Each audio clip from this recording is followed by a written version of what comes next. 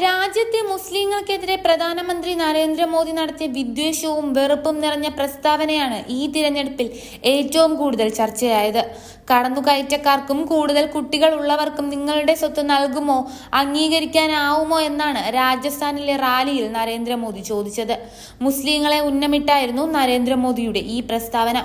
കോൺഗ്രസ് മുസ്ലിങ്ങൾക്ക് വേണ്ടി പ്രവർത്തിക്കുന്നുവെന്നും അത് തടയാൻ BJPക്ക് വോട്ട് ചെയ്യണമെന്നുമുള്ള മോദിയുടെ പ്രസ്താവന അങ്ങേയറ്റം വർഗീയവും ജനാധിപത്യ വിരുദ്ധവുമാണ്.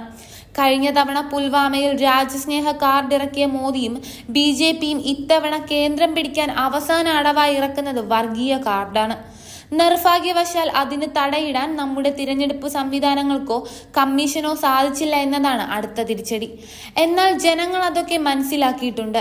ഇന്ത്യയുടെ ചരിത്രത്തിൽ നടക്കുന്ന ഏറ്റവും അസന്തുലിതമായ തിരഞ്ഞെടുപ്പാണ് ഈ തവണ നടന്നതെന്ന് പറയാൻ കാരണവും അതുതന്നെയാണ്.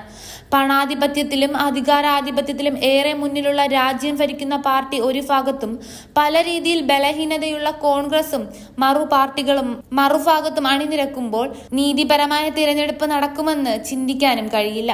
ലോകത്ത് ഏറ്റവും വലിയ ജനാധിപത്യ വ്യവസ്ഥയിലാണെന്ന് പറയപ്പെടുന്ന രാജ്യത്ത് തിരഞ്ഞെടുപ്പ് സംവിധാനം ഒരു പാർട്ടിക്ക് വഴങ്ങിക്കൊടുക്കുമ്പോൾ തിരിച്ചു വരണമെന്ന് ഇന്ത്യയിലെ ജനാധിപത്യ വിശ്വാസികൾ ആഗ്രഹിക്കുന്ന ഒരു വ്യക്തിയുണ്ട്. മലയാളിയായ TN ശേഷൻ.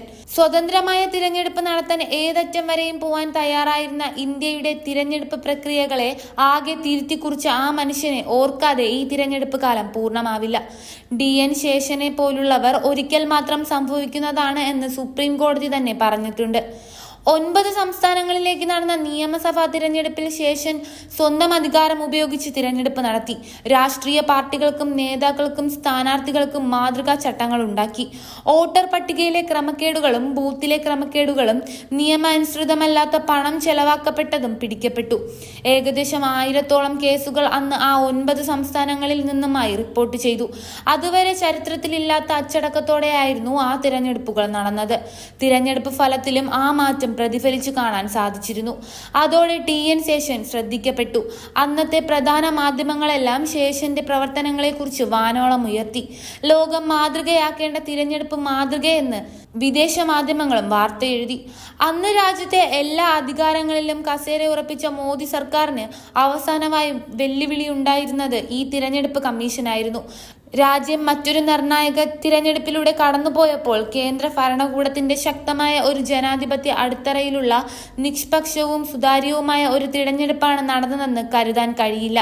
ശേഷനെ പോലെ ഉള്ളവരെയാണ് തീർച്ചയായും ജനാധിപത്യ വിശ്വാസികൾക്ക് ആവശ്യം. കൂടുതൽ വാർത്തകൾ അറിയുവാനായി ഈ ചാനൽ സബ്സ്ക്രൈബ് ചെയ്ത് ഫോളോ ചെയ്യുക.